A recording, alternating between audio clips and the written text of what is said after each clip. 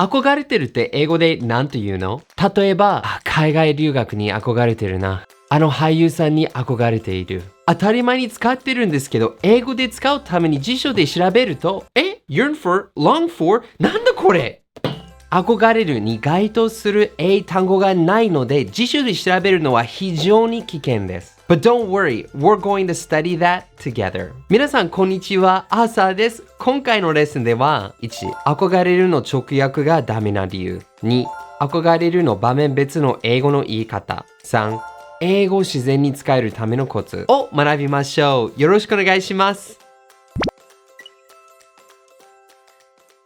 To be honest, when I started making this video lesson, it was really difficult for me because I had been so used to using akogareru in Japanese that I thought, how do you say that in English? And it was pretty much impossible for me because at that point, I was thinking about 憧れるに該当する英単語って何？憧れるって英語で何て言うんだろう？ I was focusing on the word 憧れる itself. I wasn't focusing on the message, the image of 憧れる. Remember, English isn't about changing Japanese words into English. 英語の本来の目的は頭の中のイメージ、気持ち、情報、いわばメッセージを相手に伝えることです。And if we focus on the words and we try to just focus on the words like it's a math equation trying to translate Japanese words into English words, well, we miss a lot of that communication. And so the key for me to be able to teach you this lesson and for you to be able to use akogareru in English naturally is to not focus on the word akogareru itself, but to focus on the message, the image of akogareru. でも朝それって考えすぎじゃない？ただ単に憧れるの英語の言い方を知りたいんだけど。Get out of here. Focusing on the message and the image is so important. Let me show you what happens if we just focus on the dictionary meaning. You know, if you look up akogareru in the dictionary, you're going to see the word to long for, to yearn for. And I understand why that's in the dictionary. It's in the dictionary because those are words that are close to akogareru, but the image, the feeling, the message is really different. Let's look at that in detail. To yearn for something, to long for something has the image of you used to have it, but now you don't have it and you really want it back. You're just waiting around thinking about it, hoping it comes back. It's like you have a koibito that's now not here and aitakute shouganai. So for example, if you want to say blue eyes ni akogareteru and you say I yearn for blue eyes, I long for blue eyes, that means I used to have blue eyes, but now they're not with me anymore. I want blue eyes back. I can't wait to have blue eyes come back. やっぱりイメージが違いますよね。So when can you actually use yearn for or long for something? Well, you really only use it in the case of a romantic love. You have a lover that used to be with you and now you're separated and you miss them. But honestly, that phrasing, yearn for or to long for, is pretty old-fashioned. It's pretty furukusai. The only time when I could possibly see myself using the phrase to yearn for or long for is in the case of my grandmother, my nonna. ちょっと余談ですけど、紹介させてください。I'm American, but my grandmother was Italian. Her name was Tarcisia Catarini. That's really Italian, right? And she grew up in Istria Hanto, the Istrian Peninsula. I have a map of it over here for you. And at that time, she grew up, she was there during the war, and during the war, it was a part of Italy. And right after the war, she met my grandfather, who was American. They fell in love, they got married, and they moved to America. And then after that, Istria became part of Croatia. It's now no longer part of Italy, it's a part of Croatia now. And she lived in America for about 60 years and she didn't go back to Istria. And all the time she would tell us about how she missed Istria, how she wanted to go back, the great things about the ocean, the culture, the people. But even if she were to go back, well, Istria isn't Italy. It's a part of Croatia. They speak Croatian. The culture is different. She can't go back to her home country because it doesn't exist anymore. And so in that case, for her, I could say she longed for Istria. She yearned for Istria.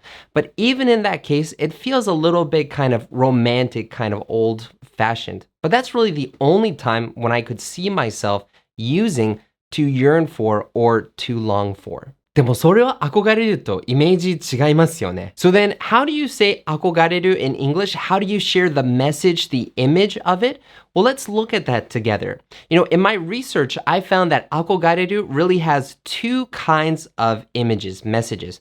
One is 深く尊敬する, like 先生に憧れてる. Another message shows your そうなりたい気持ち, like blue eyes に憧れてる. And both have the case of 関わりたい、それと一緒にいたいという気持ちがあるかもしれないんですけど、やっぱり the message is a little bit different, so the way you say it in English is different. If you respect someone deeply, you can say admire or look up to. Like, I admire my teacher, or I look up to my teacher.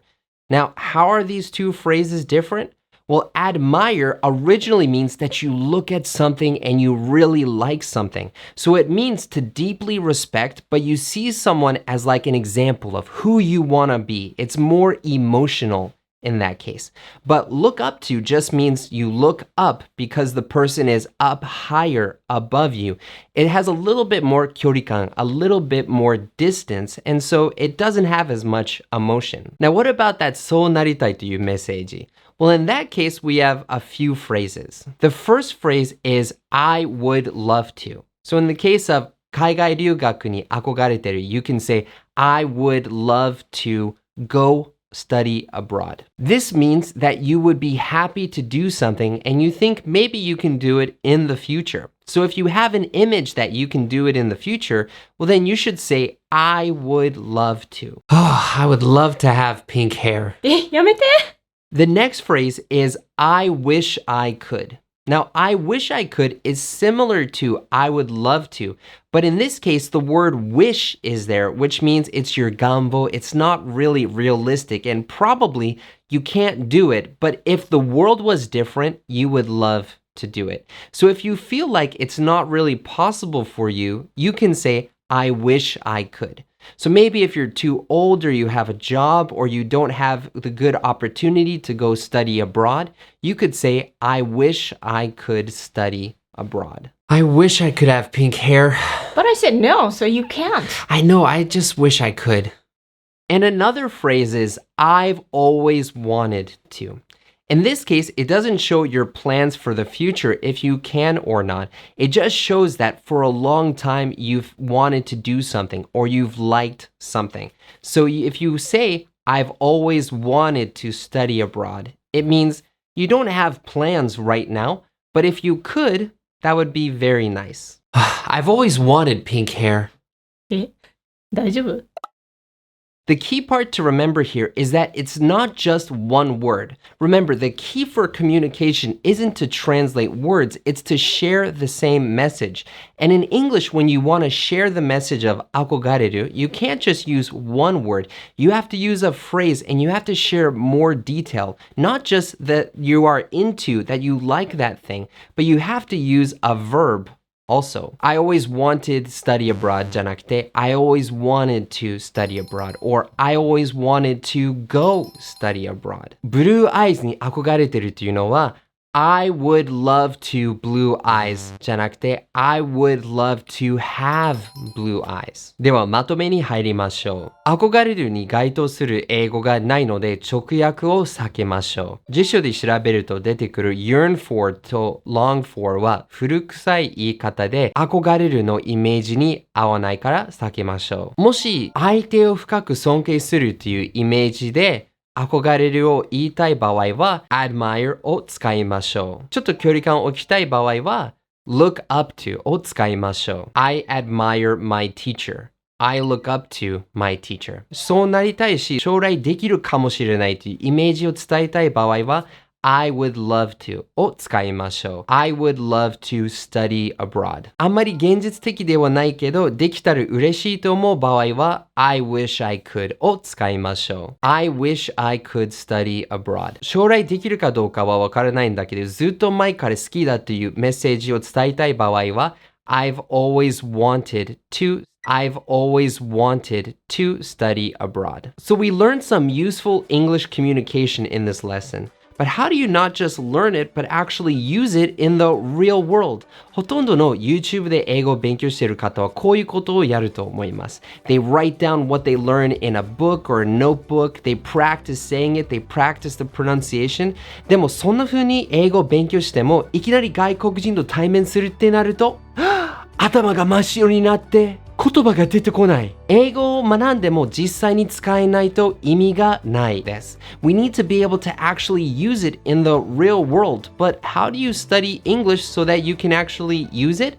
We have to study English the way that we learned how to ride a bike. We have to take what we've learned and actually use it to talk and communicate with foreigners in the real world. それは頭の中でなんとなく理解はしてるんだけど、ちょっとハードルが高い。具体的にどこから始めればいいんでしょうか？それを詳しく説明すると長くなりますので、無料レッスンでお届けしたいと思います。もしあなたは今の英語学習で満足している場合は、That's great. Please enjoy this video. でももしあなたは英語を学ぶだけではなく、実際の世界で外国人と実際に話せるようになりたいと思っている場合は、ぜひこの無料レッスンをご利用ください。詳しくは You can click up here or you can click the link below this video. As always, enjoy your English adventures. 一緒に世界とつながりましょう See you next time!